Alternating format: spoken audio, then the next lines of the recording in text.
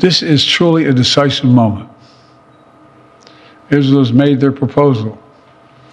Hamas says it wants a ceasefire. This deal is an opportunity to prove whether they really mean it. Hamas needs to take the deal. For months, people all over the world have called for a ceasefire. Now it's time to raise your voices and demand that Hamas come to the table, agrees to this deal, and end this war that they began.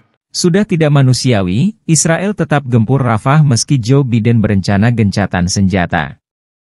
Sikap PM Netanyahu ini membuat banyak negara dan PBB murka, khususnya Indonesia yang merupakan saudara seiman. חטופים כמשימה מרכזית לביתם מהר ככל הניתן. ובמקביל אנחנו ממשיכים לפעול באופן מבצעי ברצועת עזה ונמשיך לעשות זאת. This is not really the first time that he says that. Now he's saying it openly, clearly, that he has undermined the Palestinian state for a long time and that he's against the two-state solution. Sebelum kita mulai lebih jauh, kami sarankan kepada penonton, sudi kiranya untuk dapat menonton video ini sampai habis, supaya tidak salah paham, dan dapat memahami isi beritanya.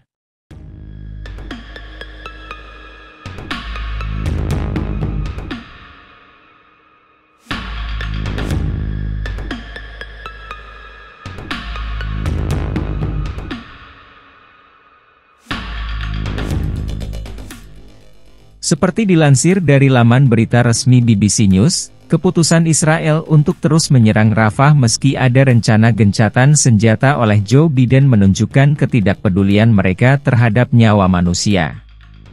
Serangan yang terus-menerus ini telah mengakibatkan banyak korban jiwa di Rafah, termasuk anak-anak dan perempuan yang tidak bersalah.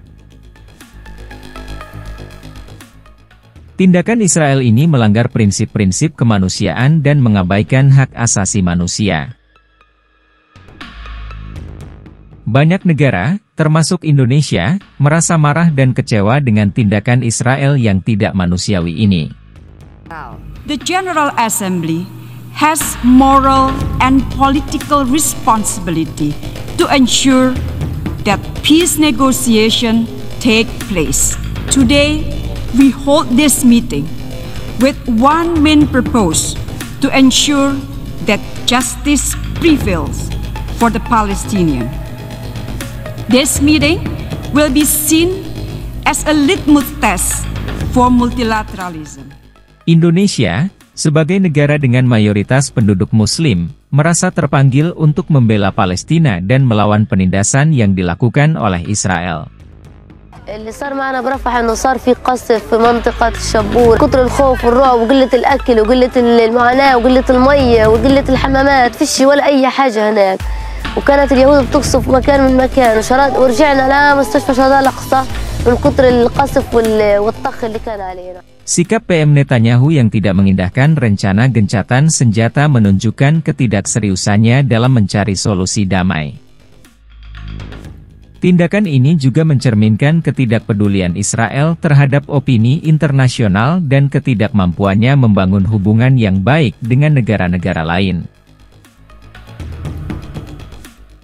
PBB, sebagai lembaga internasional yang bertanggung jawab atas perdamaian dan keamanan dunia, merasa kecewa dengan tindakan Israel yang melanggar hukum internasional. Keputusan Israel ini juga telah mengakibatkan ketegangan yang semakin meningkat di Timur Tengah. Banyak negara-negara tetangga Israel merasa terancam dengan tindakan agresif mereka. Konflik antara Israel dan Palestina telah berlangsung selama puluhan tahun tanpa ada solusi yang nyata. Banyak pihak yang mencoba untuk mediasi antara kedua belah pihak, tetapi upaya tersebut selalu gagal. Ketidakadilan yang terjadi di Palestina telah memicu rasa frustrasi dan kemarahan di seluruh dunia. Banyak negara-negara di dunia mendesak Israel untuk menghentikan serangan mereka terhadap Rafah. I share to underscore our deep engagement and commitment to working with Israelis, Palestinians, and partners across the region to resolve this conflict. Namun, hingga saat ini, Israel tetap bersikeras melanjutkan serangan mereka.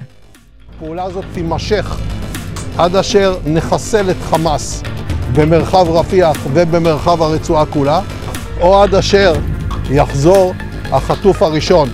אנחנו מוכנים לפשרות על מנת להביא חטופים.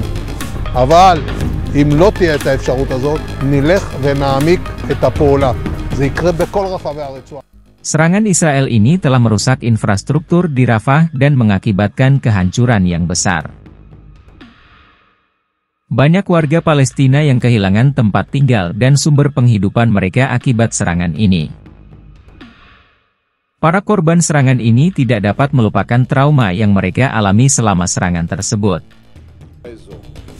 החשיבות של תיאור רפיח ביכולת לפגוע בכוחות חמאס הפועלים בה ובצורך לפרז את רצועת עזה. Banyak orang di seluruh dunia yang mengutuk tindakan Israel ini dan menuntut keadilan bagi rakyat Palestina. Indonesia sebagai negara dengan mayoritas penduduk Muslim turut serta dalam mendukung Palestina. On the side of Palestine, Indonesia is on the side of peace and justice for the Palestinians, for everyone. Pemerintah Indonesia telah mengutuk tindakan Israel ini dan menyatakan solidaritas dengan rakyat Palestina. Banyak masyarakat Indonesia yang turut serta dalam berbagai aksi solidaritas untuk Palestina. Mereka menuntut agar Israel menghentikan serangan mereka dan menghormati hak-hak rakyat Palestina. Indonesia juga berperan aktif dalam forum internasional untuk menyuarakan keadilan bagi rakyat Palestina.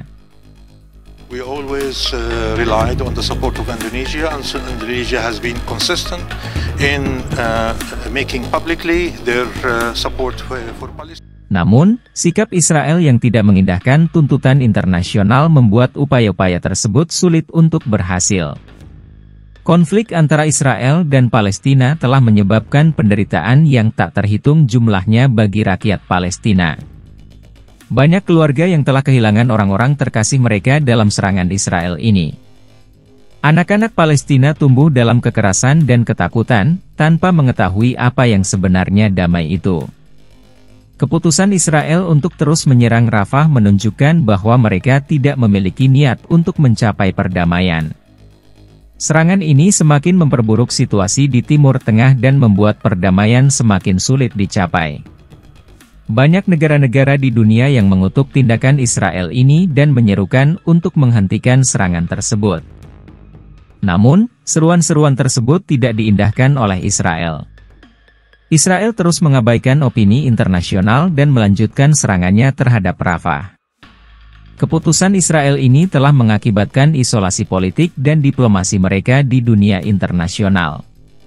Semakin banyak negara yang mempertanyakan hubungan mereka dengan Israel dan mengutuk tindakan mereka. Meski begitu, Israel terus mempertahankan serangannya dan tidak memedulikan konsekuensi politik yang mungkin timbul. Pemerintah Israel seharusnya memikirkan kembali kebijakan mereka dan mencari solusi damai untuk konflik ini. Tindakan agresif mereka hanya akan memperburuk situasi dan menjauhkan mereka dari solusi perdamaian. Perdamaian yang abadi dan adil hanya dapat dicapai melalui dialog dan negosiasi, bukan dengan kekerasan. Israel harus menghentikan serangannya dan memberikan kesempatan bagi perdamaian yang berkelanjutan. Negara-negara di dunia harus bersatu dalam menekan Israel untuk menghentikan serangannya dan menghormati hak-hak rakyat Palestina. Sikap solidaritas dan dukungan internasional sangat penting dalam menyelesaikan konflik ini. PBB harus mengambil langkah-langkah tegas untuk menekan Israel dan memastikan perlindungan terhadap rakyat Palestina. Keputusan Israel untuk tetap melanjutkan serangannya menunjukkan ketidakpedulian mereka terhadap kehidupan manusia. Serangan ini telah melanggar prinsip-prinsip kemanusiaan dan melukai hati banyak orang di seluruh dunia. Israel harus bertanggung jawab atas tindakan mereka dan berusaha mencapai perdamaian yang berkelanjutan. Konflik ini telah berlangsung terlalu lama dan telah menimbulkan penderitaan yang tak terhitung jumlahnya. Hanya melalui komitmen yang kuat dan kerjasama internasional yang erat kita dapat mencapai perdamaian yang abadi di Timur Tengah. Semua pihak harus duduk bersama untuk mencari solusi yang adil dan mengakhiri konflik ini. Hanya dengan perdamaian dan keadilan, rakyat Palestina dapat hidup dalam kebebasan dan keamanan yang mereka layak.